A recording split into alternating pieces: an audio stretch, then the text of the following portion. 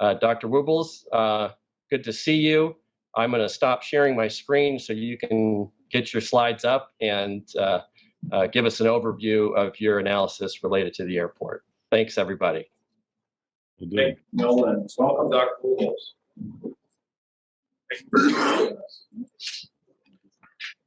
So I don't know how much of an introduction of me you received. So I'm happy to tell you anything about me you want to know. I'm Don Wuebbles. I'm a professor at the University of Illinois, and I've been an expert on climate change for many, many years, leading many different assessments of the impacts of human activities on Earth's climate, going back to 1990. Most recent being a special assessment I just led for the state of Illinois that came out in May, and I led a special assessment of the Great Lakes in 2019. And before that, I was a leader in the U.S. National Climate Assessments. I led the first volume of the fourth National Climate Assessment in 2017. So let me get going. I'm happy to answer any questions you have about the analysis I did, plus anything else you want to know about climate change. One moment, sir. Can we hear this in the back? You hear the sound of this odor? Give us 1 moment. We're going to try to get IT on it. John, bring that microphone, put that microphone closer to maybe. While you're doing that, I will apologize. We're flying home from San Francisco today, and the only clean shirt was an Hawaiian shirt. So I'm wearing an Hawaiian shirt today. I'm not sure what the speakers are. Speaker, Excuse me. sound coming through the speaker system on the beat, John? I'm not sure what the speakers are. Let's see if it speaks, if we can hear it. I think they're up top. I hear it as the fastest. Yeah. And this is Bill O'Connor. The sound through the Zoom is perfect. So I'm hoping that the solution on the other end. Is that better? Yeah, thanks, Bill. Yeah, I had no problem hearing you. Ready when you are. Let me know when you're ready. Maybe you can speak up a little bit.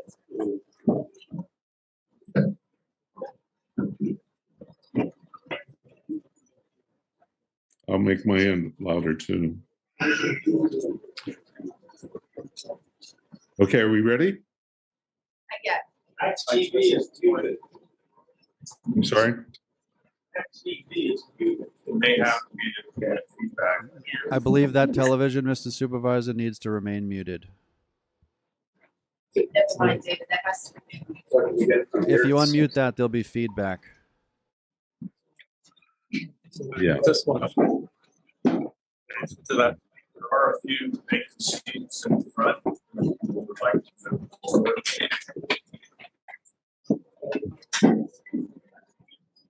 It's nice to see you have so many people there. So let me get going, as unfortunately I have a few minutes before we have to head to the airport. In doing this analysis, I have some offered help from one of my postdocs and two undergraduate students who have wanting to learn more about how the environment analyses are done. So I had them help me do some searches in this. So I want to make sure that their names are mentioned. The objective here was to evaluate the emissions of gases and particles from East Hampton, New York, and its airport. The focus, of course, is on the human-related emissions for carbon dioxide and other heat-trapping greenhouse gases, but we also looked at other pollutants, particularly relationship to the airport. So the focus is aimed at the airport, but I felt it was important to put those emissions into context of those by the community itself.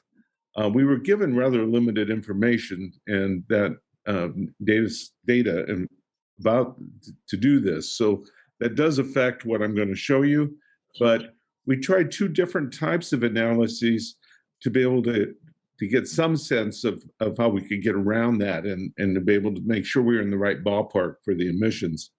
So we used both the top-down approach and a bottoms-up approach, and I'll explain those in a second.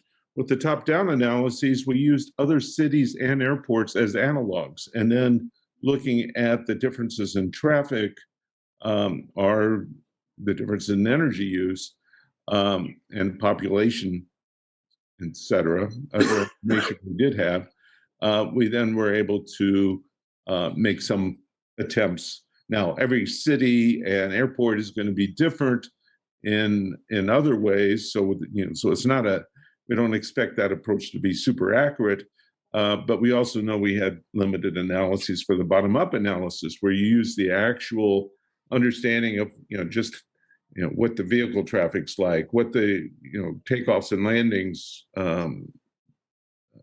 We did have aircraft there, so we were able to do a pretty good analysis for the airport. Where we were more limited is for the city itself, where we had to rely on some previous analyses.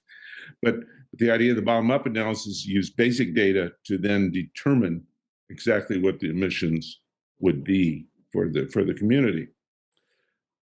So with the top-down analyses, we tried to choose wealthier communities around the country as analogs for East Hampton. We did five or six different cities. There's 5 different cities and 4 different airports. We wanted to do a lot more, but we were limited by the amount of information even available around the country. There was a number of other communities we wanted to look at, like Naples, Florida, and I just couldn't find the information. I kept digging and wasn't able to find enough to really do much there. What we did with the top-down analysis is then scaled the seasonal population to estimate emissions for the community, but we also for the airport then used takeoffs and landings, because that's the primary source of emissions. Excuse me.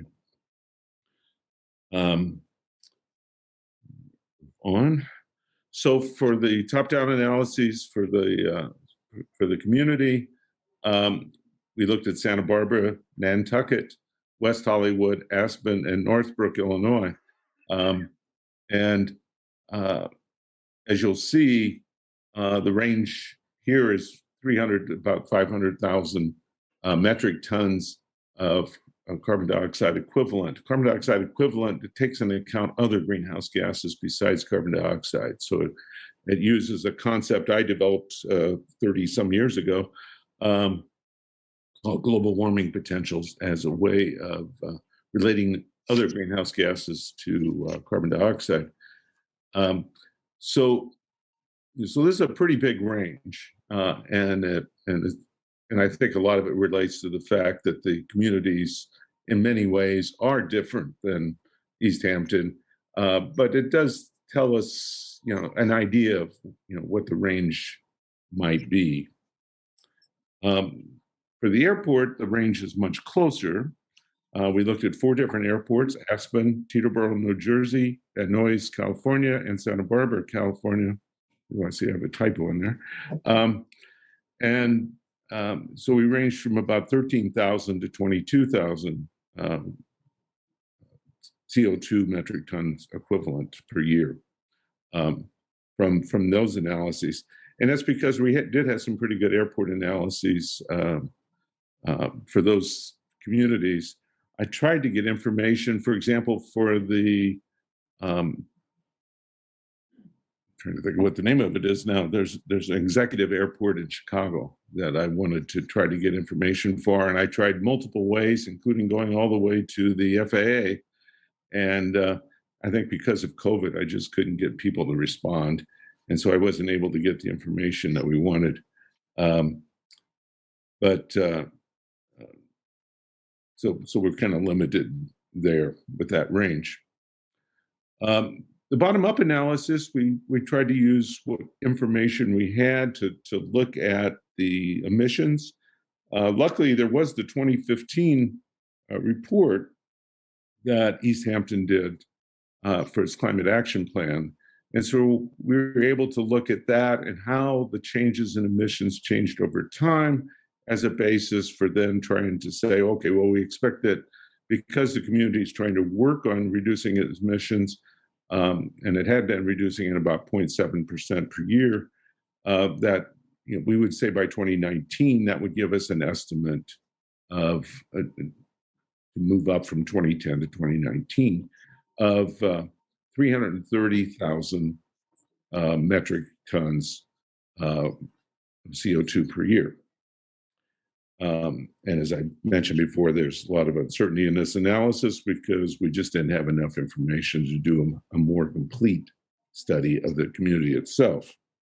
For the airport, we did have a lot of information that Andrew Barr sent us about takeoffs and landings and what kind of vehicles. So we had pretty detailed information that we could use. So we tried to account for takeoffs and landings, which is called LTO, and which is an FAA jargon, for all the different aircraft and the appropriate emissions associated with those aircraft, where we had quite a bit of information on that.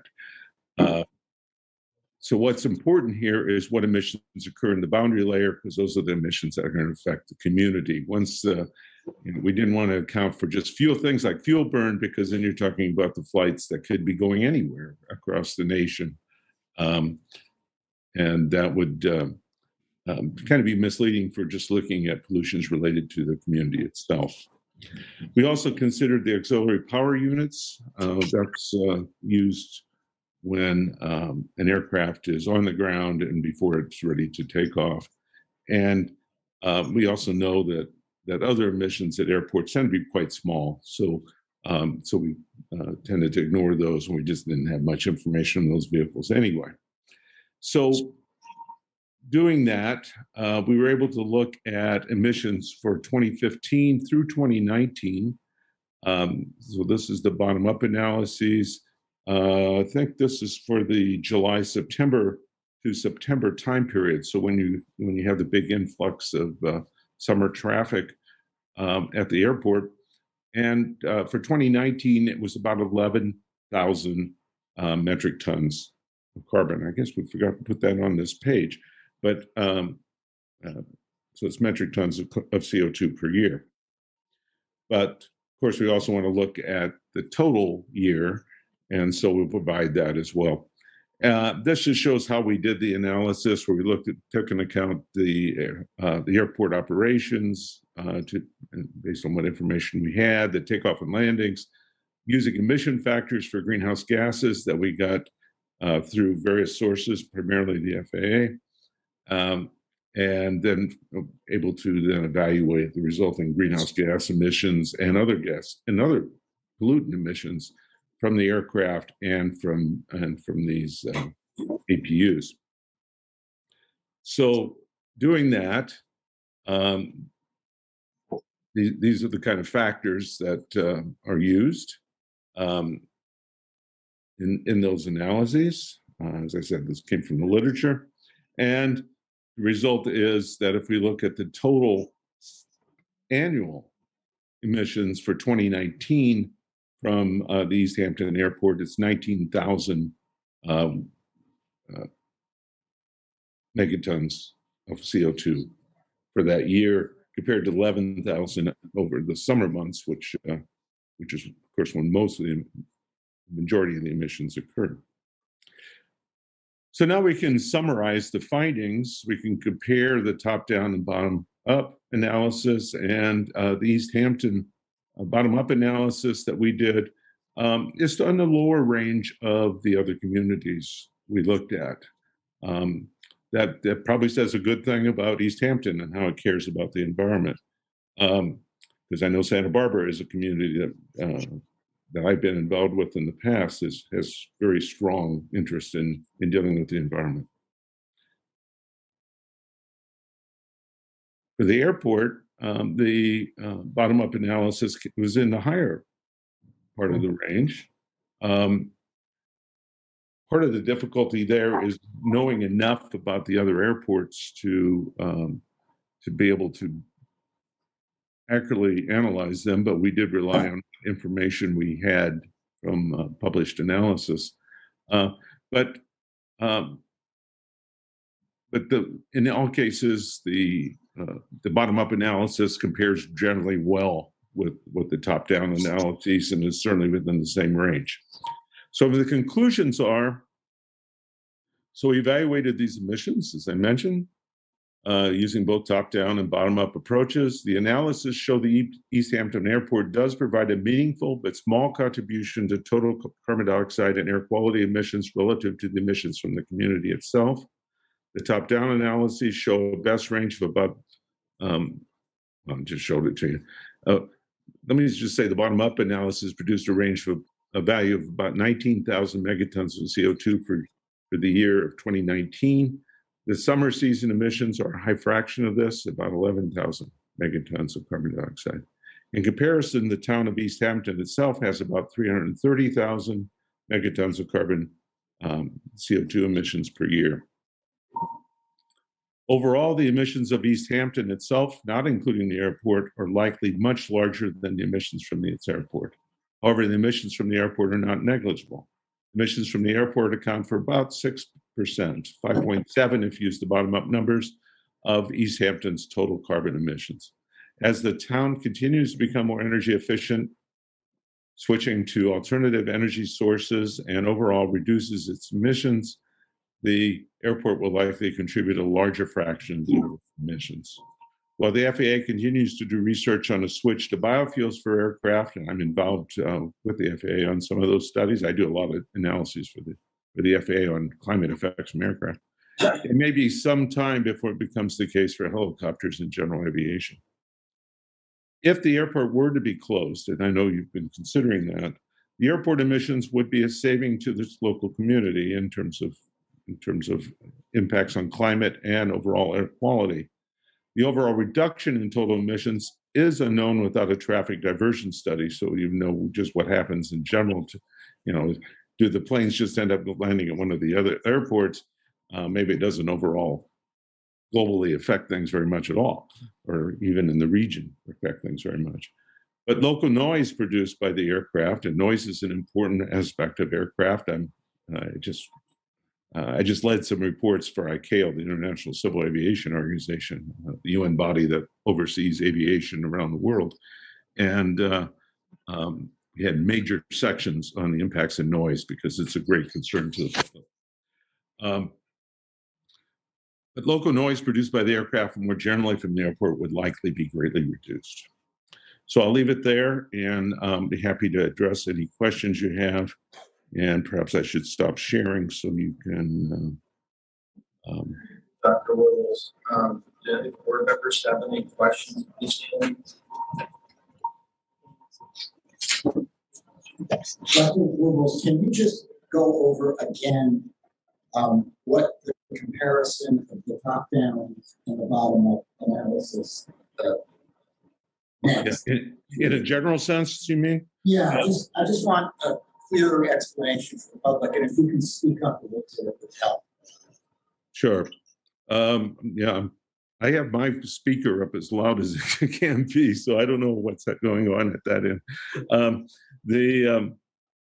The top-down analyses use other cities as analogs, and then you apply the population by season of those different communities relative to that of East Hampton to then provide an estimate of the emissions. So all of those cities that we did have done internal analyses of their emissions. Now, and so we were able to use those to then provide an estimate if the population there was the same as that of East Hampton on a seasonal basis, what would be the resulting emissions as a basis for estimating then what would the East Hampton emissions be. But it's right, a kind of a crude thing because every city is different in its energy requirements, its weather, et cetera. So we knew that would be crude, and that's why the range is pretty broad. Whereas the bottom-up analysis uses basic information about what's going on in East Hampton itself to then determine an estimate of the emissions. And what are you looking for in the result that you get from the top down compared to the result you get from the bottom up? What do you look for? Well, I want to make sure that the ranges are comparable, and they were. So I think that what it did is gave me it provides an extra confidence that we're in the right ballpark. You know, it isn't that the emissions from East Hampton, based on population, is 10 times different than other cities. It's right in the same range, but so that's good. So the bottom-up analysis and the top-down analysis really are in pretty good agreement. That gives us confidence that the analysis we did are pretty reliable. Thank you, Dr. Wuebbles. Just so everyone's aware, this presentation is on the town's website, ehamptonny.gov. Scroll down the page, you'll see Re-Envisioning Airport, and there are a number of documents that reference today in the economic study and the rest of today's presentation. Wuebbles, we appreciate very much your efforts. This has been very informative. I'm sure that we have more time to receive comments regarding your study. I'm happy to help you. Councilman Lees has a question for you as well. In your conclusion statement, you stated that the overall reduction of emissions would not be completely determined until we had our diversion study, which is underway. Will you be able to amend your conclusions once the diversion study is completed? And also, in that amendment, make sure that since one of the potential locations for airport traffic would be also within the town of East Hampton, that we can analyze that location also. I think if we were given the right information, we could certainly update the analysis. Thank you again for joining us. We'd like to take a few minutes and go back to the gallery here today. Anyone who still wishes to speak, in the sign-up sheet we have Patricia Curry.